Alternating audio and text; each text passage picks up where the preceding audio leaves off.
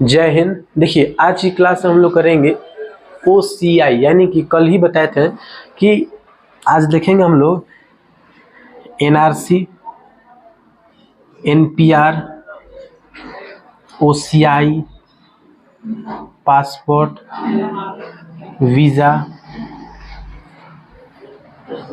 ये सब क्या है।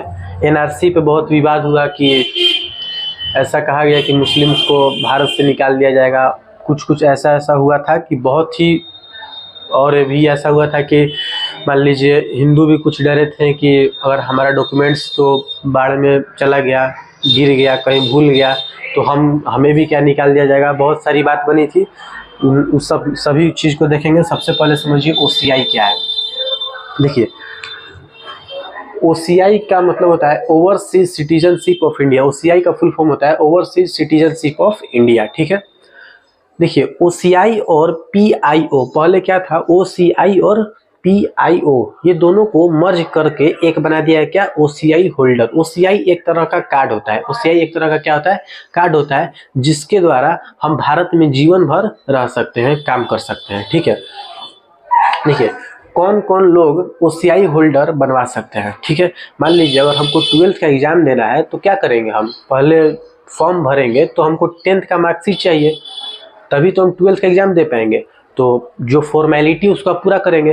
तो वैसे ही कुछ फॉर्मेलिटी है जो पूरा करने के बाद ही आप OCI होल्डर यानी कि OCI कार्ड बनवा सकते हैं। अगर वो आपका नहीं रहेगा तो एग्जाम नहीं दे पाएंगे। वैसे इसमें अगर ये सब क्राइटेरिया नहीं रहेगा तो आप OCI कार्ड होल्डर नहीं बनवा सकते, यानी उसका सुविधा का आनंद आप नहीं ले सकते हैं।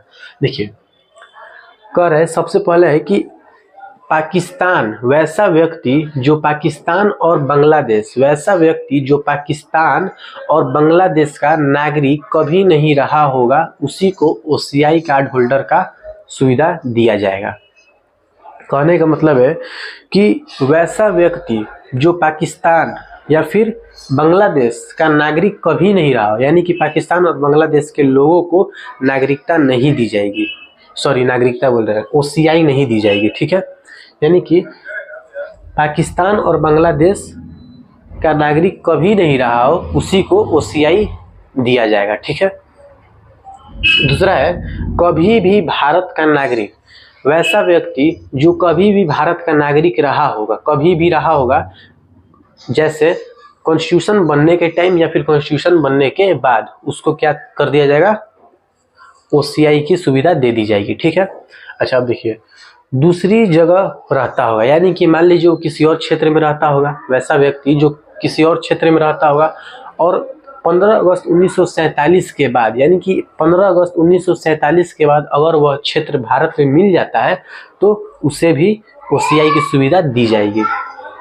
इसका मतलब है कि मान लीजिए आप कहीं और रहते हैं, ठीक है, और 15 अगस्त 1947 के बाद वो क्षेत्र जहां आप रहते थे वहां से आपको मतलब कि भारत में उस क्षेत्र को मिला लिया गया, तो वहां के लोगों को OCI की सुविधा दे दी जाएगी, ठीक है। अब देखिए अगर आपका ये सारा क्राइटेरिया मिल जाता है, अगर आप में जैसे एग्जाम देना चाहते हैं 12th का, तो 10th का मार्कशीट हो गया, 9th का रजिस्ट्रेशन हो गया, सब चीज़ जब मिल गया तो आपका फॉर्म अप्लाई होना स्टार्ट हो जाएगा। वैसे ही सब कुछ जब हो जाएगा तो आपका टिक हो जाएगा और आपका OCI कार्ड बन जाएगा। इसमें एक और क्या बेनिफिट है, आपका अगर बन गया तो पूरे आपकी फैमिली का भी बन जाएगा, यानी कि आपके बच्चों का भी बन जाएगा, आपके बच्चों का भी बन जाएगा, ठीक है। तो OCI में यही है। अब इसके बाद समझते हैं कि OCI का क्या बेनिफिट है, मतलब कि सुविधा क्या क्या देगा। ये तो था कि कैसे हम OCI को प्राप्त कर सकते हैं। अब तो हम ले लिए OCI कार्ड। अब समझिए कि हम जब ले लिए, कोई भी चीज़ ले लिए, तो उससे हमको क्या फ़ायदा है, समझते हैं बोला। देखिए अब देखते हैं कि क्या क्या सुविधाएं मिलेगी। जीवन पर्यंत वीजा, यानी कि आपको पूरी जीवन आप भारत में रह सकते हैं। सबसे बड़ी ये सुविधा है कि आप पूरा जीवन भारत में रह सकते हैं, काम कर सकते हैं भारत में रहकर। लाइफ टाइम नो रजिस्ट्रेशन, यानी कि आप भारत में रहिए, उससे कोई दिक्कत नहीं है। आपको कोई सा प्रमाण देने की जरूरत नहीं है कि हम 4 साल से रह रहे हैं, 5 साल से रह रहे हैं, 6 साल से रह रहे हैं। मेरा रजिस्ट्रेशन भी कराने की जरूरत नहीं है कि रजिस्ट्रेशन कराइए, यानी कि पंजीकरण, जो कि कल बताए थे पंजीकरण देशीकरण क्या है, ये सब कराने की जरूरत नहीं है। आप आराम से भारत में रहिए, तभी रह सकते जब आपका OCI कार्ड है, तभी।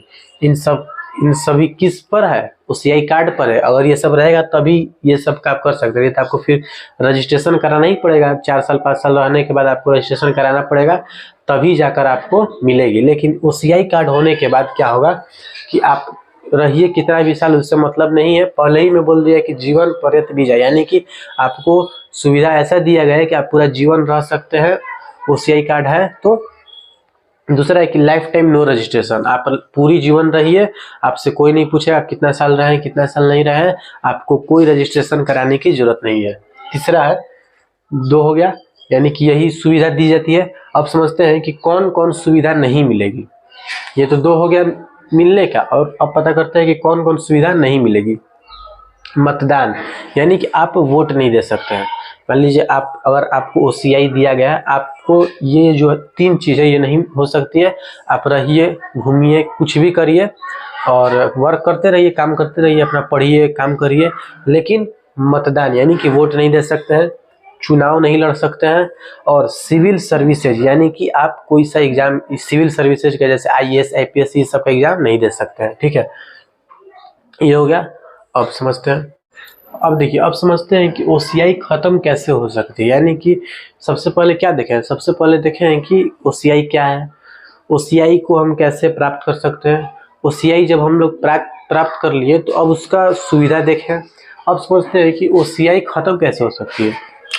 मान लीजिए आपको OCI कार्ड मिल गया, ठीक है, तो खत्म भी तो हो सकता है। नागरिकता मिला था, नागरिकता खत्म भी हुआ था, देखे थे पिछले वीडियो में। वैसे ही OCI कार्ड मिल गया आपको, अब खत्म कैसे हो सकती है समझिए।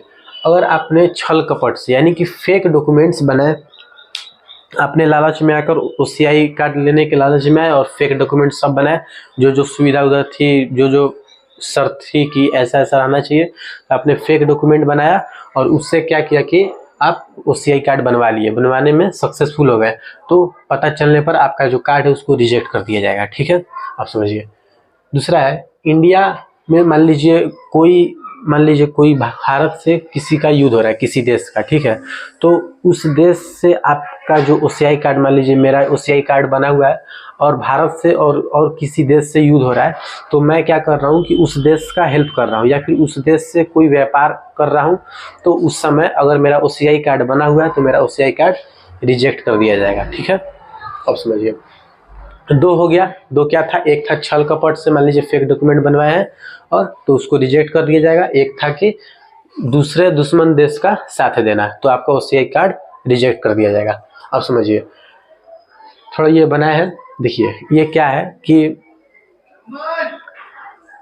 देखिए मान लीजिए आप भारत में, ठीक है, आप भारत में, मान लीजिए आप विदेश के हैं, ठीक है, आपका OCI कार्ड बना हुआ है, ठीक है, तो आप आ रहे हैं भारत में और विदेश में आप कोई क्राइम किए हैं, ठीक है, और भारत में आ गए, OCI कार्ड है ही, भारत में जब मन किया घुस गया, तो जब वहाँ पर आपको वहाँ की सरकार, यानी कि वहाँ की जब सरकार आपको पकड़ रही है तो आप तुरंत आ जा रहे हैं कहाँ, भागकर इंडिया में। ठीक है, तो ऐसा देख रहा है वहाँ का सरकार और गुस्सा हो रहा है, तो वो क्या कह रहा है कि मतलब भारत के पास एक नोटिफिकेशन भेजेगा, बोलेगा कि देखिए आपसे और हमारा जो है संबंध बिगड़ सकता है। कैसे? आप जिस व्यक्ति को OCI कार्ड दिए हैं वो हमारे देश में क्या कर रहा है, क्राइम कर रहा है, और पकड़े जाने पर वो आ जा रहा है कहाँ, अपने राज्य, अपने देश में आ जा रहा है। तो ऐसे में क्या होगा कि OCI कार्ड जो इसको दिया गया था वो उससे छीन लिया जाएगा। ठीक है, तो देखिए एक और क्या हो सकता है, अपने आप रिजाइन दे देगा। मान लीजिए बोला कि हमको करना ही नहीं है, हमको OCI कार्ड नहीं चाहिए, रिजाइन दे देगा। ठीक है, तो एक ऐसे भी सुविधा है। ठीक है, तो इन चीज़ों से आपका OCI ख़त्म हो सकता है। ठीक है, अब समझते हैं NRC। ठीक है, ये OCI इतना ही था, ज़्यादा OCI डिटेल में नहीं है, बस इतना ही था। ठीक है, देखिए अब समझेंगे कि NRC क्या होता है। ठीक है, यानी कि नेशनल रजिस्टर ऑफ सिटीजन्स। ठीक है, देखिए यह सिर्फ असम में NRC किया गया है, यानी कि यह सिर्फ अभी असम में ही किया गया NRC। ठीक है, फर्स्ट टाइम मतलब पहली बार NRC 1951 में और दूसरी बार 2013 में, जो कि सुप्रीम कोर्ट के निर्देशन अनुसार शुरू हुआ है। ठीक है, देखिए NRC को लेकर अफरा तफरी, NRC को लेकर बहुत ही विवाद हुआ था, बहुत ही अफरा तफरी मची थी। तो वही समझते हैं क्या है, डॉक्यूमेंट को लेकर। ठीक है, देखिए सरकार भी ये बात को नहीं समझ पाई थी कि क्या है। ठीक है, तो डॉक्यूमेंट्स को लेकर, यानी कि NRC को ये कहा गया, मतलब कि एनआरसी में ये कहा गया है कि आप डॉक्यूमेंट्स लाइए, ठीक है। तो अब लोगों को भी नहीं समझ में आता था कि आखिर कैसा डॉक्यूमेंट्स लाना है, मतलब कि कहा जाता था कि आप अपना पासबुक डॉक्यूमेंट्स लाइए, 20 साल 40 साल 60 साल पहले वाला डॉक्यूमेंट्स लाइए। तो उनके पास 10 साल 5 साल पहले का भी डॉक्यूमेंट्स नहीं था। असम में बाढ़ की वजह से जैसे मान लीजिए बह गया, 5 साल पीछे का तक का नहीं है, आप 60 साल पुराना मांग रहे हैं। ये भी सवाल था कि डॉक्यूमेंट्स आखिर देना कौन सा है, कौन सा डॉक्यूमेंट्स दिखाएं हम, बहुत ही ऐसा कन्फ्यूजन था। दूसरा ये था अफरा तफरी का कि ट्रिब्यूनल्स, ठीक है, ट्रिब्यूनल्स क्या होता है। देखिए, अब डॉक्यूमेंट्स दिखाना था तो किसे डॉक्यूमेंट्स दिखाना था, तो कुछ कुछ ट्रिब्यूनल्स थे, तो उन लोग क्या थे, उन लोग को भी बहुत ज़्यादा नहीं थे ट्रिब्यूनल्स, ठीक है। ये मतलब कोई कोई जिला में थे, तो लोगों को दूर दूर तक जाना पड़ता था कि मान लीजिए अपना डॉक्यूमेंट्स लिए और जा रहे हैं, ठीक है, तो कई कई किलोमीटर तक जाते रहते थे। तो जब पहुंचते थे इन लोगों के पास, ट्रिब्यूनल्स के पास, तो इन लोग चेक करता था उनका डॉक्यूमेंट्स। तो चेक करने के बाद बोले कि नहीं ये नहीं है, वो वाला लेकर आइए। अभी आदमी का अब कौन सा लाना है, तो नहीं वो वाला लाइए। अब जाते थे, फिर आते थे।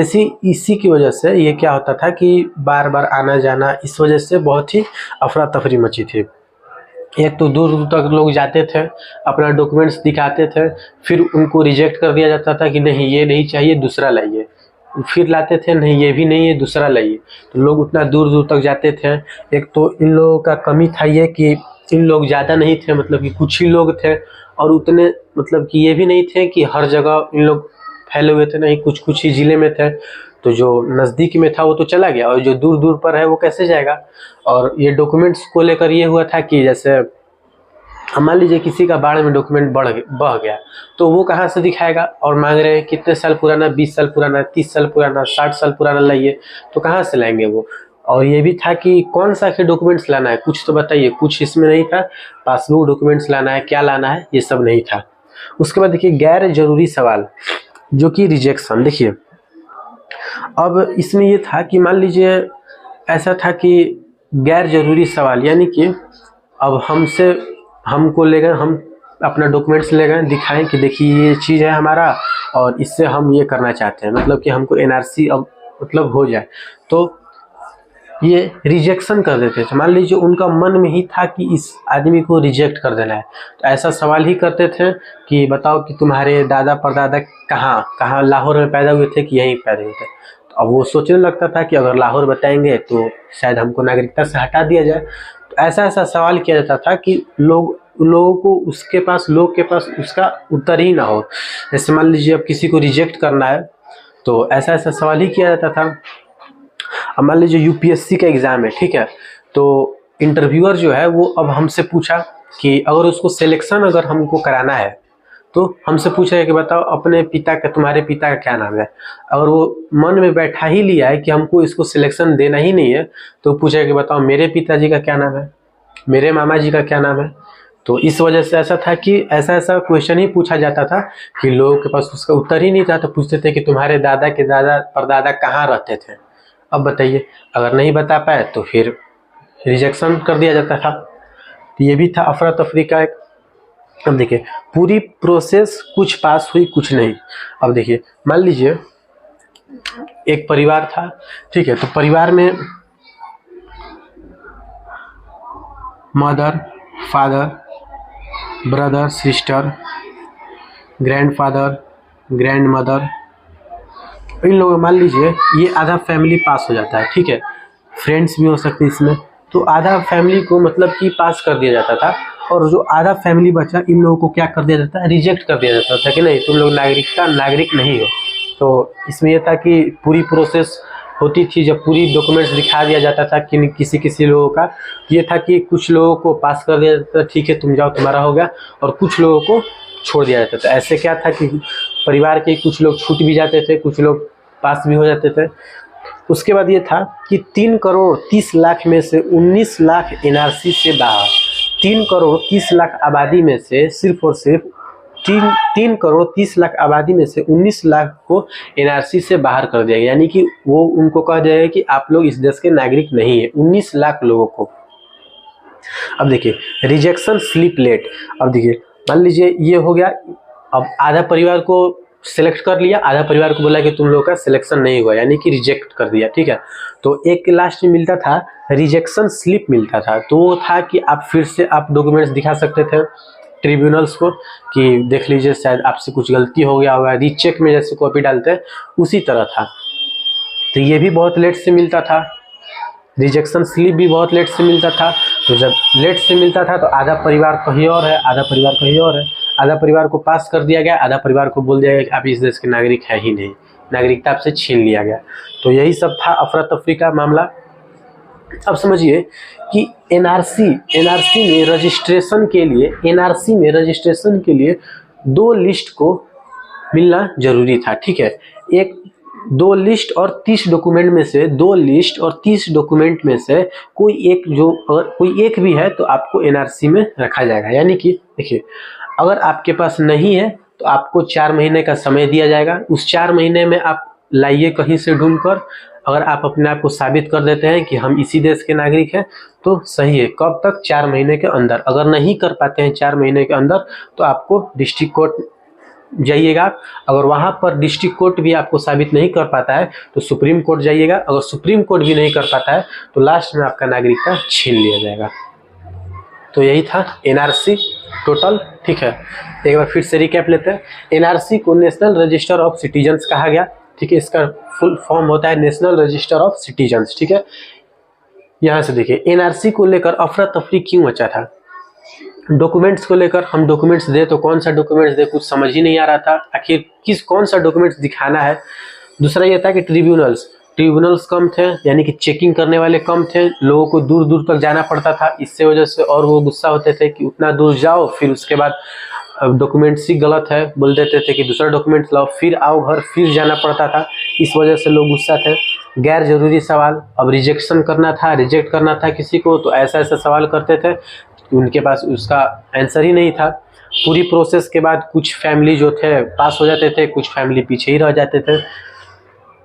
3 करोड़ 30 लाख में से 19 लाख को एनआरसी से बाहर कर दिया गया था।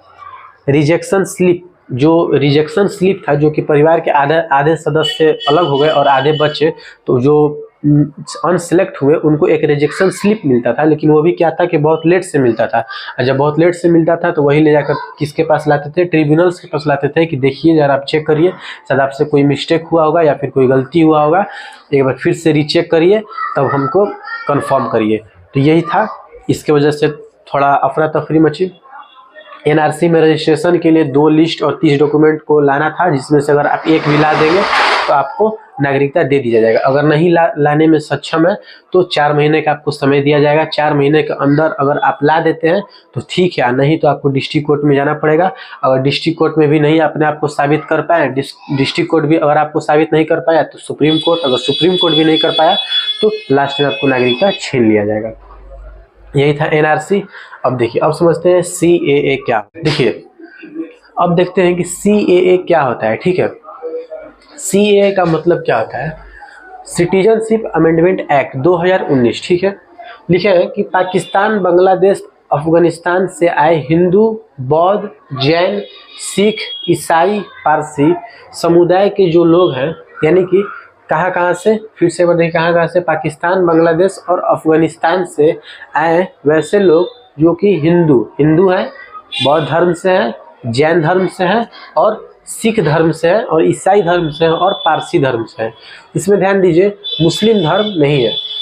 समुदाय जो लोग आए हैं के लोग जो आए, यानी 31 दिसंबर 2014 से जो पहले लोग आ गए उनको सीएए की एलिजिबल मिल जाएगी, यानी कि एलिजिबल हो गए, ठीक है। अब देखिए, इसमें क्या है कि ये क्या बोलते हैं, मुस्लिम धर्म नहीं है, ठीक है। तो यही था सीएए, यानी कि जो 31 दिसंबर 2014 से पहले आ गए उनको एलिजिबल मिल गया, ठीक है। अब समझिए वीज़ा क्या होता है। अनुमति की आवश्यकता होती है। मान लीजिए अपने देश से दूसरे देश में जाना है तो एक अनुमति लिया जाता है, उसी को कहते हैं वीज़ा। और पासपोर्ट क्या होता है? अपने देश को छोड़कर दूसरे देश में जाना, अपने देश को छोड़कर दूसरे देश में जाना और खुद ही अपने देश से इजाज़त लेना, अनुमति लेना कि हम दूसरे देश में जाते हैं, उसी को कहते हैं पासपोर्ट।